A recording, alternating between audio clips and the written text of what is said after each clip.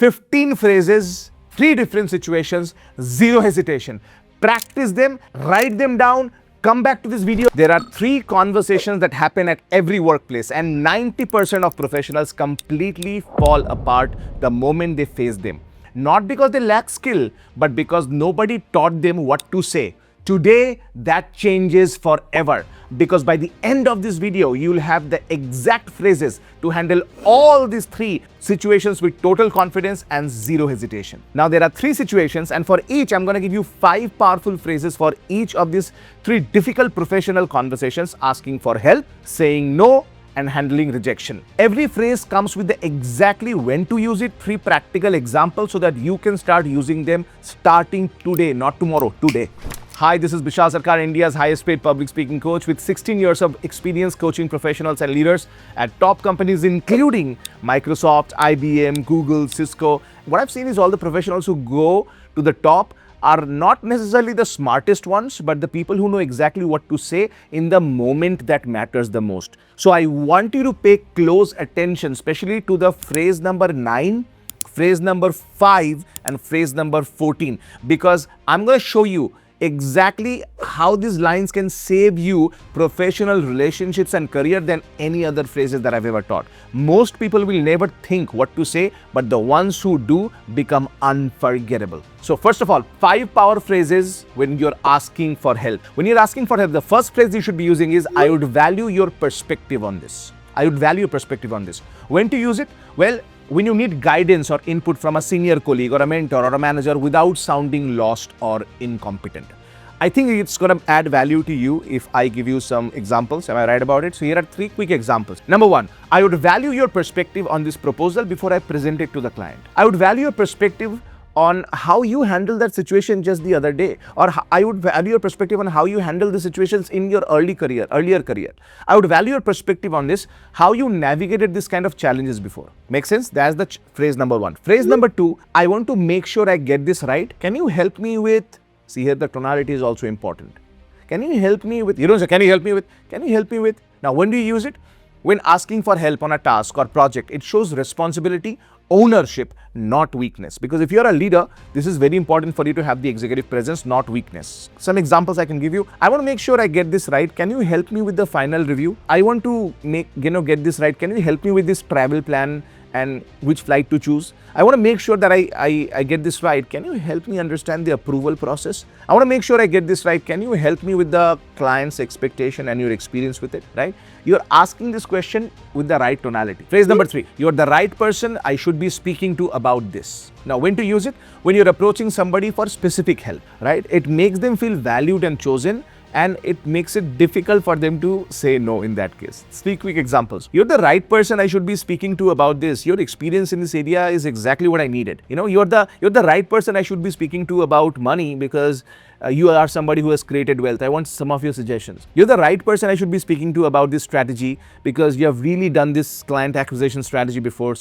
most successfully in this company. You're the right person I should be speaking to about this because your opinion carries real weight here. Phrase number 4, I've already tried ... I'd like your input on the next steps. Okay, this is when you're already tried something. When to use it? When you've already made an effort but you need further support. It shows you're not lazy, you're genuinely stuck at a specific point. It shows that you've done something. As you're coming and you're randomly asking for advice. You think I've done something, I want your further advice. For example, I've already tried 2 approaches on this and I'd like your input on the next steps. I've already researched this thoroughly and I'd like your input on which direction makes most sense for us to move forward right now. Like for example, if you just think about it, if you're choosing like a wedding photographer, let's say for somebody's wedding, you can say, I've already spoken to 5 photographers and I'd like your input before I take this to the final stage. Phrase number 5, your guidance on this would make a real difference. Your guidance on this would make a real difference. When to use it? When asking for help from somebody whose expertise or experience you genuinely respect.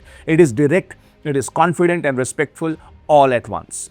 Would that help you if I give you some examples? Let's go. Your guidance on this would make a real difference on how this project turns out.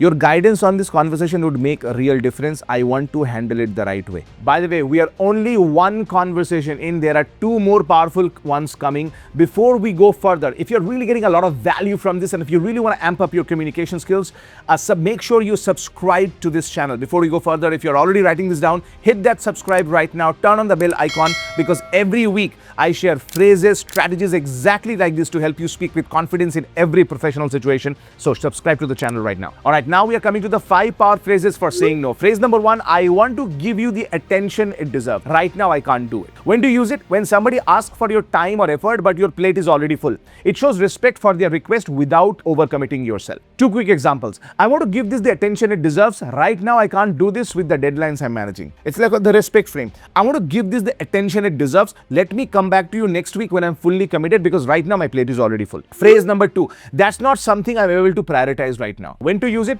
When you need to decline a task or a request firmly, professionally, without over-explaining and without apologizing unnecessarily. Some examples I'm going to give you right now so you understand that. That's not something I'm able to prioritize right now. My focus is completely on the client deadline next week. That's not something I'm able to prioritize right now, but I can revisit this with you in 2 weeks from now. I'm not the best person for this. Here is who might be. This is where you recommend somebody else's name because you're taking yourself out of the picture a bit. When to use it? When your request is outside your strength zone or your bandwidth and you're redirecting confidently instead of just refusing. You're not saying no, you're saying, I'm not the right person, but he is. I'm not the right person, but she is. Here are some examples. I'm not the best person for this project, but I know somebody who can give you the full attention it deserves with their credibility. That is Rohan.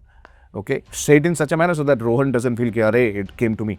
I'm not the best person for this at this stage. Once it moves to execution, that's where I can add the most amount of value, right? This is something I say it all the time. People ask me questions which I may not be the best person to answer. I say that's not the right thing for me to say, but here is somebody who can help you. I respect you too much to say yes and not mean it. मैं हाँ बोल के फिर value नहीं दूंगा, it's not going to happen. When to use it? When saying no to somebody you genuinely respect, a senior leader, a mentor, a close colleague, it turns the refusal into a moment of trust and honesty. For example, somebody requests you to do something and you say, I respect you too much to say yes and not mean it. Right now, I cannot give this the effort you deserve and this deserves. I respect you too much to say yes and not mean it, because an honest no now is better than a disappointing yes later. Let's come to the 5 power phrases for handling rejections. We've spoken about asking for help, saying no, now handling rejection when people reject you. Phrase 1, I appreciate the feedback. Can I ask what would have made the difference? You don't say, oh my God, you give me negative feedback. I appreciate the feedback. Can you tell me what would have made the difference?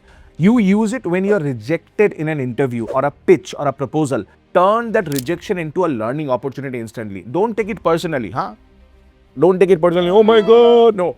You use that as a learning experience. I appreciate the feedback.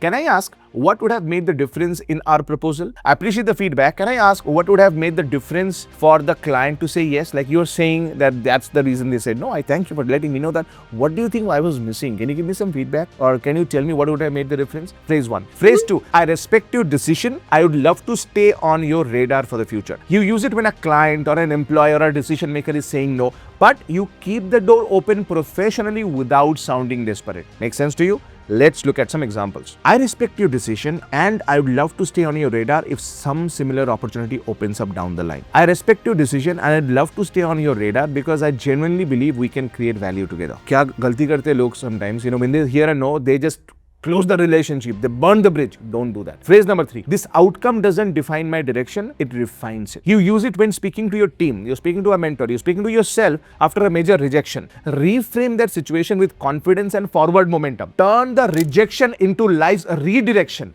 It is a redirection. You're refining it. For example, this outcome doesn't define my direction. It refines it. Every no in my sales situation is bringing me closer to the right yes. This outcome does not define my direction. It refines it. I'm walking away with more clarity than I came in with. See, when you have communication like this, people also sense that you are somebody with high self-image. You're not taking things personally and people will respect you for that. Phrase number 4. Thank you for this time. This conversation has given me a lot to work with. So I want to appreciate you because of that.